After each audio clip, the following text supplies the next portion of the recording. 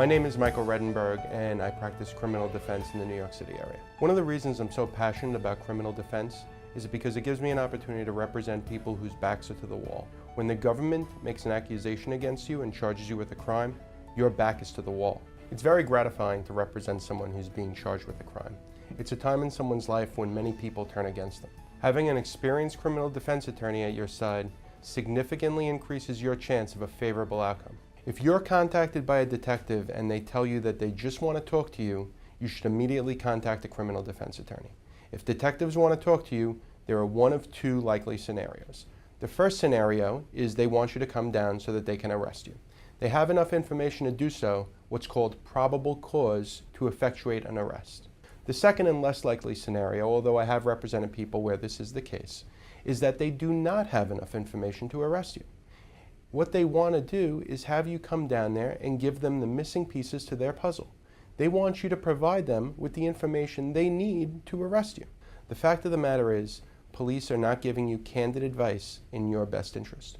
Hiring a criminal defense attorney in this situation can be the most important decision you ever make. When someone is arrested and charged with a crime, the first thing that happens is they're taken to the police precinct to be fingerprinted, photographed, and processed. After that, they're taken to central booking to await arraignment. After spending somewhere between 18 and 24 hours at central booking, a person goes before a criminal court judge. Now, many people understandably think that that's going to be their opportunity to explain their side of the story, but that's the furthest thing from the truth. The only thing that happens at arraignment is the judge will decide whether or not to set bail. Your criminal defense attorney will argue why no bail is necessary or why a significantly reduced amount of bail is appropriate. When someone is ROR'd or released on their own recognizance, that just means that the judge at your criminal court arraignment decided that bail was not necessary to ensure your return to court. I sometimes get calls from clients who say, my case isn't that serious because I was ROR'd, and that can't be further from the truth.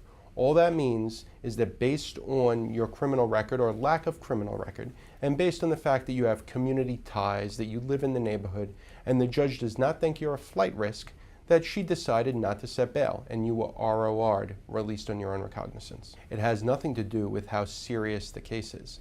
In some courts, the judge will set down a motion schedule for your attorney to obtain discovery. Discovery is just a fancy way of saying documents that the prosecution has to produce to your attorney in support of their accusations against you. Discovery will be turned over to your criminal defense attorney, and your attorney will talk to the prosecutor to see if a resolution can be had, if a resolution is appropriate. Most criminal cases do not proceed to trial. About 5% of criminal cases go to trial, but it's important that you hire a criminal defense attorney who has experienced a trial just in case your case is one of those rare cases that goes to trial. Cases are won or lost before they start. They're won based on the level of preparedness of your criminal defense attorney. A criminal defense attorney who's prepared and comfortable in the courtroom has a very good chance of being successful on your behalf. Some of the more common cases that I handle on a regular basis are DWIs, assault, domestic violence cases, and theft cases.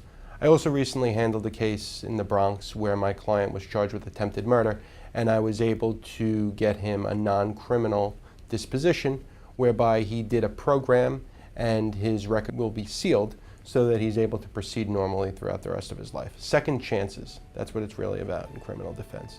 Giving a person a second chance.